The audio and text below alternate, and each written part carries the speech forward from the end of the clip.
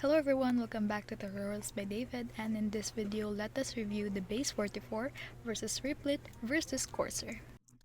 Hi everyone, so today we will be comparing the review of Base44, Replit, and Cursor. So, Base44, let's start.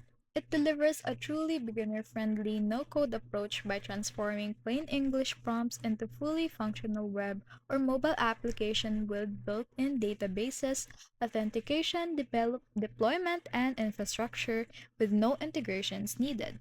It is trusted by over 100,000 users, and it even caught Wix's attention and was acquired for $80 million. Next, in contrast, we have Replit.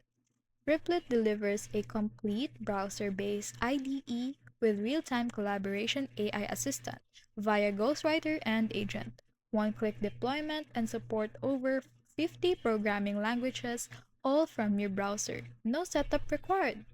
However, while it's superb for rapid prototyping and classroom use, some users note instability and credit usage frustration on more complex projects. Next in line we have Cursor. Cursor targets experienced developers seeking seamless IntelliSense-style AI support. It provides deep project, context understanding, code generation, and even smart rewrites and multi-file editing directly in a VS Code-like environment, and is backed by major players thanks to its productivity enhancing capabilities. The trade-off remains its higher complexity and resource demand compared to Replit or Base44.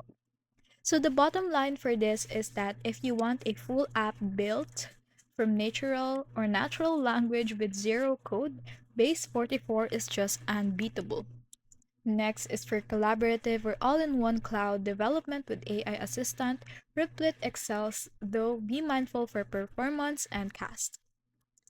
Next is and for seasoned orders who need intelligent editing tools embedded with their IDE, Cursor offers the most advanced and code-aware workflow.